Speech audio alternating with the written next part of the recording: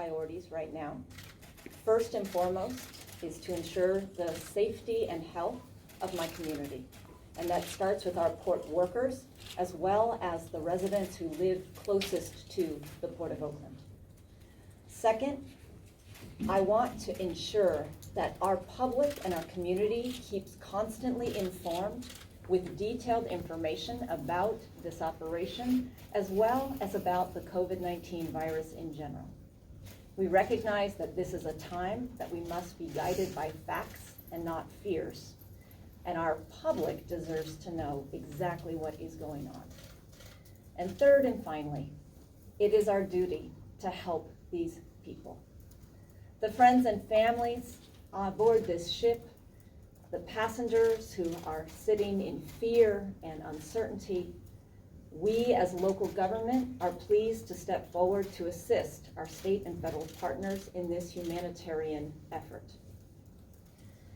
I also have been clear with our state and federal I've been clear with our state and federal partners about the context of the Oakland community. This is a community that has suffered decades of environmental racism and injustice. And that is why it is so important that we assure this community with the full facts about how their safety and health will be protected. I have received some very strong assurances that this operation will employ the best isolation practices known, that the operation will be conducted in a manner that minimizes the time for the Grand Princess to be at the Port of Oakland, and that once the disembarkation operation is complete, that the ship will depart Oakland, that no one will be quarantined in Oakland or released to our community. We want to appreciate the partnership and the good values of our state and federal partners in this moment.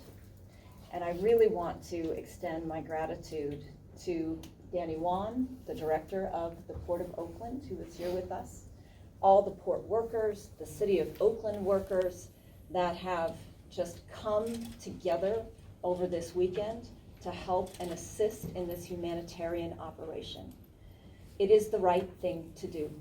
We have to not let our fears dictate or impede our humanity. We're monitoring and how we're doing with our testing regime. Currently, 114 people have tested positive in the state of California. We have identified one individual, as you know, in Placer County, that is deceased related to the virus. As you know, he was on this same cruise ship in the previous cruise that went from San Francisco down to Mexico on February 11th to the 21st. We are monitoring some 1,540 individual Californians that were on that original cruise. Currently, we have identified 12 individuals on that cruise that now have identified as positive for COVID-19. Again, that number is fluid. That's the number we have from this morning. Of course, we'll be updating you on a daily basis. Broadly, the state of California has over 10,000, in fact, 10,257 individuals that we are monitoring in 49 health jurisdictions throughout the state that have come in independently of our repatriation flights and independently of the cruises through commercial airlines. So I want to give you the magnitude of the people we're monitoring and the incredible effort that is underway at all levels of government in a state, for those not familiar, that has 58 counties and some 480 plus or minus cities. And so this has taken all of us to work together in a deeply collaborative way, and I'm very grateful for all of our partners, particularly in the health care sector, for their stewardship. And now let's go back to the issue at hand. The Grand Princess currently is some 10 to 12 miles offshore. And I say 10 to 12 because we're moving it back within that footprint. Roughly 2.5 hours away when they have the green light to come in to the Oakland port. We are not prepared to tell you exactly when, and for those passengers that may be watching this, we are not able to tell you exactly when the cruise ship will come into the port, as we are still working out the enormity of complexity of making sure we prepare the site and, moreover, prepare for quick turnaround and quick boarding of individuals to respective locations, which I will talk about in a moment. We want to make sure that all of that is locked in before the ship comes to port, which I think would just create more anxiety for the passengers and, moreover, for the general public. The site was picked, Oakland was picked for a number of reasons. We assessed many different sites throughout the state of California. Active military bases, unfortunately, are not positioned, particularly with a foreign flag cruise ship, as the appropriate site. We looked for mothball old sites, including Alameda.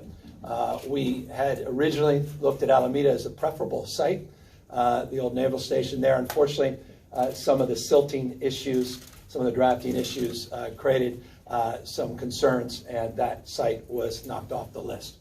Some have suggested, because it's based in San Francisco, this cruise ship, that San Francisco and the port should assume this repatriation effort. That was assessed.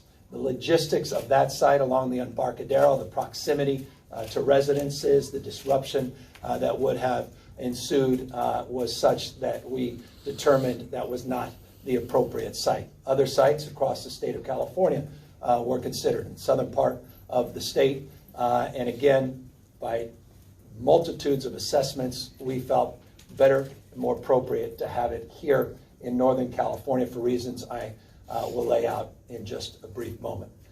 This site allows us a number of advantages. Number one, the ability to secure the site. The site is currently being secured, it's being fenced, and it's being secured by federal personnel. Roughly 10 acres of this site. The site is currently being cleared.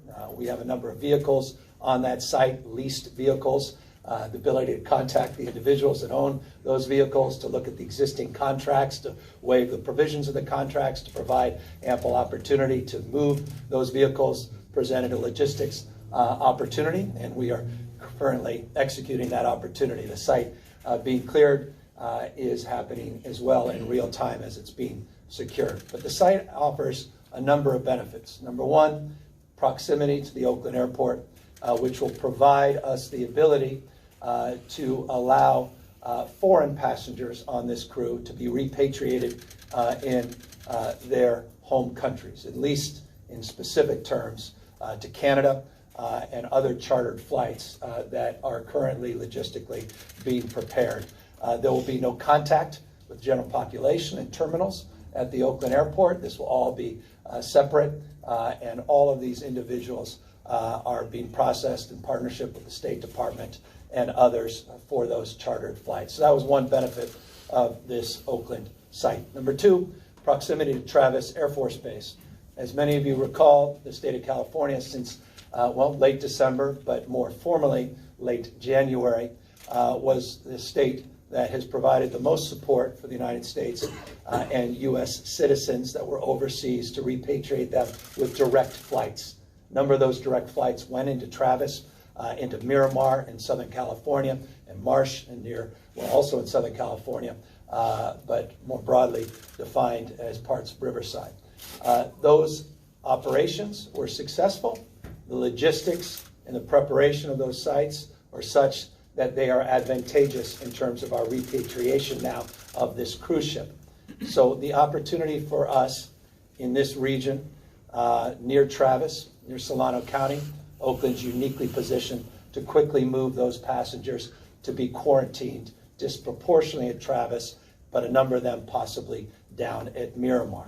So let me break this out and try to create some sequencing so that people have some clarity. The ship will come in sometime tomorrow. The expectation is to determine what the best cross-current conditions are, as well as tidal conditions, to create the opportunity to have a window for a ship this size to come into a port where it's typically not being docked. I can bore you with the technical details, but anyone that understands this space, no one better than our bar pilots that need to go on to the ship with the appropriate protective gear that needs to be fitted, and making sure that they have the opportunity to have those windows where they have confidence. Those are windows that are typically just a few hours. So in the morning, make up a time, 3 to 6, and then 2 to 4, whatever they may be. There'll be windows, and you'll hear more about those. I'm making those up, but you get a sense of the windows that will avail themselves tomorrow as it relates to cross currents and tides. So that's why we can't give you a specific time. But we anticipate the ship coming in tomorrow. We are also taking care in the immediate term, not only determining when the ship comes in, but providing the opportunity for triage that we will be conducting in the next